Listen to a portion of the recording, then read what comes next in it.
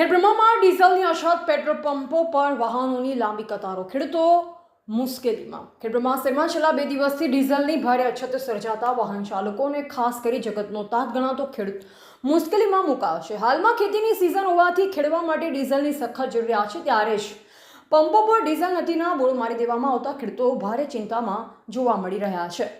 ટેન્કરો આવવામાં વિલંબ. પેટ્રોલ પંપના સંચાલકો પાસેથી મળતી માહિતી મુજબ હાલમાં 2 દિવસે પેટ્રોલ ડીઝલના ટેન્કર આવી રહ્યા છે. પુરવઠો અનિયમિત થવાના કારણે પંપો પર વહેલી સવારથી જ વાહનોની લાંબી લાઈનો જોવા મળી રહી છે. અછતની સ્થિતિનો ગેરફાયદો ઉઠાવી કેટલાક તત્વો દ્વારા કેરબાઓ ભરી ડીઝલની સંગ્રહખોરી કરવામાં આવી રહી હોવાની પણ ચર્ચા છે, જે કારણે સામાન્ય વાહન ચાલકોને જરૂરિયાતમંદ ખેડૂતોને ભારે હાલાકી ભોગવવી પડી રહી છે. હાલમાં ખેતીની સિઝન પરાકાષ્ઠા છે, ત્યારે વહીવટીતંત્ર તાત્કાલિક આ બાબતે દખલગીરી કરે અને ખેડબ્રહ્મા તાલુકાના તમામ પંપો પર પૂરતો પુરવઠો સમયસર મળી રહે તે વ્યવસ્થા ગોઠવે, જેથી સંગ્રહખોરી અટકે અને ખેડૂતોની કિંમતી સમય બચે. રિપોર્ટર શૈલેષ ઠાકોર સાથે જેબી ગુજરાત ન્યૂઝ, ખેડબ્રહ્મા.